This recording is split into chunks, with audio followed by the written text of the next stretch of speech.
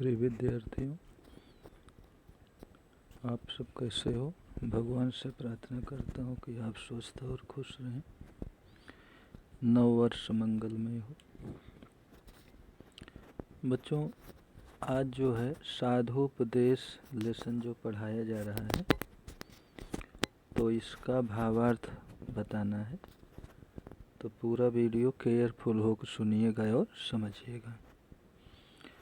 आइए प्रिय भक्तगण उपदेश कुछ सुन लीजिए। पढ़ चुके हैं बहुत पोथी, आज कुछ गुण लीजिए। हाथ में हो गोमुखी माला सदा हिलती रहे। नम्र ऊपर से बने भीतर छुरी चलती रहे। काका हाथ रसी ने जो है ढोंगी धूर्त बाबाओं का चित्रण किया है। तो कवि कहते हैं, आइए प्रिय भक्तगण। ढोंगी बाबा जो है अपने भक्तों को उपदेश देते हुए कहते हैं कि आइए प्रिय भक्तगण, हे भक्तगण, उपदेश कुछ सुन लीजिए, मेरा कुछ उपदेश सुन लीजिए, मेरा कुछ उपदेश ग्रहण कर लीजिए। पढ़ चुके हैं बहुत पोथी, आज कुछ गुण लीजिए। आप लोग बहुत पोथी पढ़ चुके हैं, बहुत पुस्तकें पढ़ चुके हैं, आज जो है कुछ गुण ले लीजिए। हाथ में हो गोमुखी माला सदा हिलती रहे। आप अपने हाथ में हमेशा माला लेकर गोमुखी फेरना चाहिए। गोमुखी में ऐसी थैली जिसमें माला रखकर नाम स्मरण किया जाता है। तो गोमुखी, हाथ में हो गोमुखी माला सदा हिलती रहे। हाथ में गोमुखी हो और लोगों के लगे कि आप माला का जाप कर रहे हैं, माला हिलना चाहिए। नम्र ऊपर से बने भीतर छुरी चलती रहे। आप ऊपर से नम्र बने रहिए, विनम्र बने रहिए, लेकिन अंदर से छल कपट करने से मत चूकिए। नगर से बाहर बगीचे में बना ले झोपड़ी। दीप जैसी देह चमके सीप जैसी खोपड़ी। तर्क करने के लिए आ जाए कोई सामने। खुल न जाए पोल इस भय से लगे मत कांपने। जीव क्या है ब्रह्म क्या है। प्रस्तुत काव्य में काका हाथ रसी कहते हैं कि ढोंग करने के लिए जो है वाह आडंबर जरूरी है। वाह आडंबर, तिलक लगाना चाहिए, माला फेरना चाहिए, माला पहनना चाहिए, पीताम्बर पहनना चाहिए, ये वाह आडंबर है। तो वाह आडंबर के लिए नगर से बाहर बगीचे में बना ले झोपड़ी।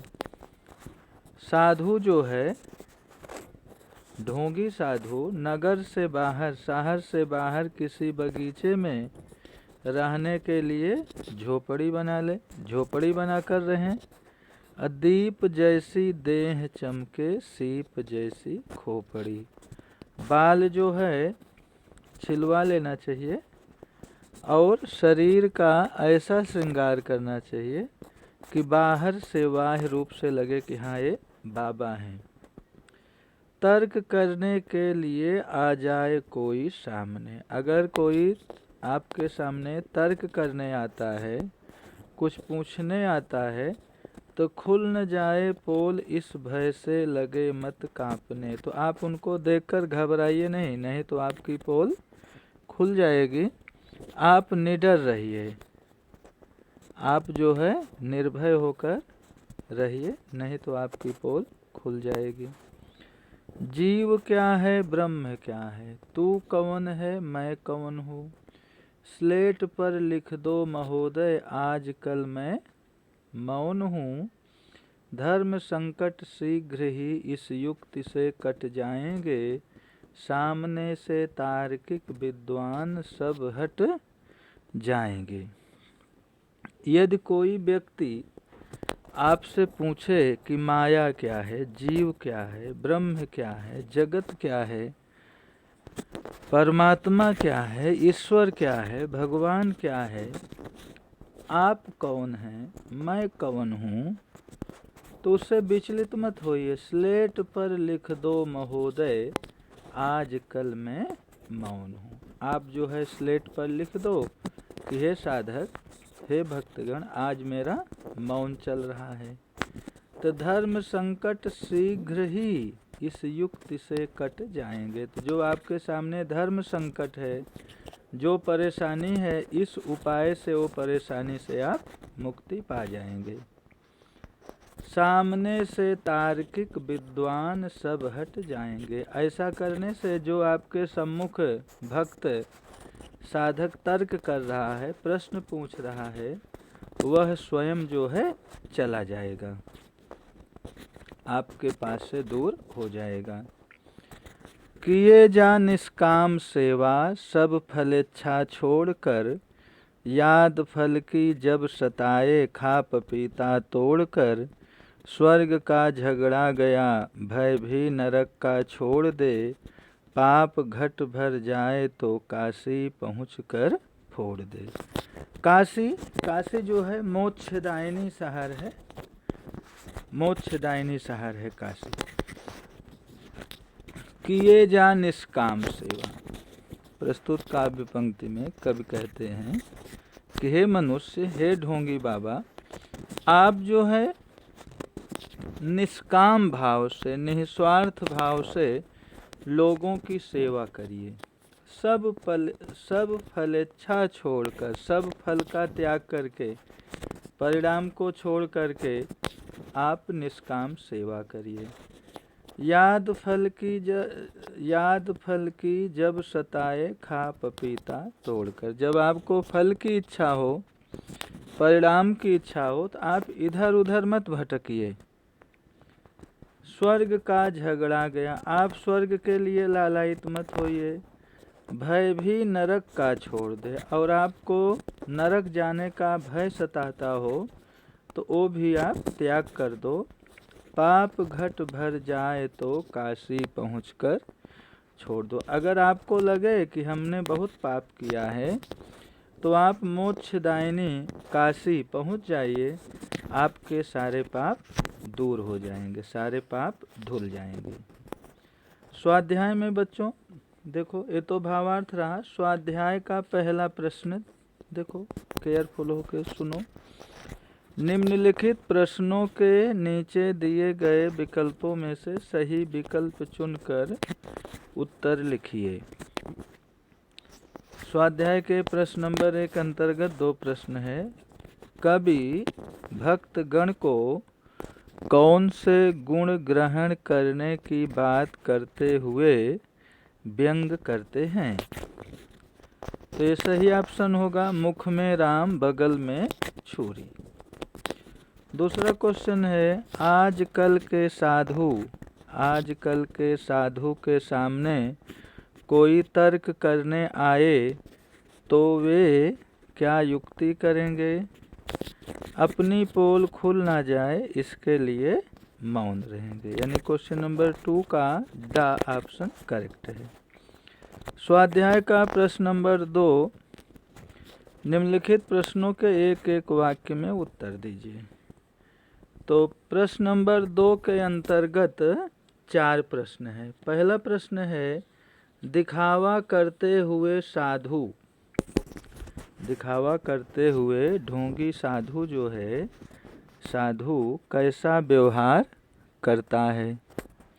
तो वह जो है हाथ में गोमुखी लेकर माला फेरता है, ऊपर से विनम्र रहता है और अंदर से छल कपट करने से नहीं चूकता। कैसा दिखावा करता है? हाथ में वो गोमुखी लेकर माला फेरता है, ऊपर से विनम्र दिखता है और छल कपट करने से नहीं चूकता।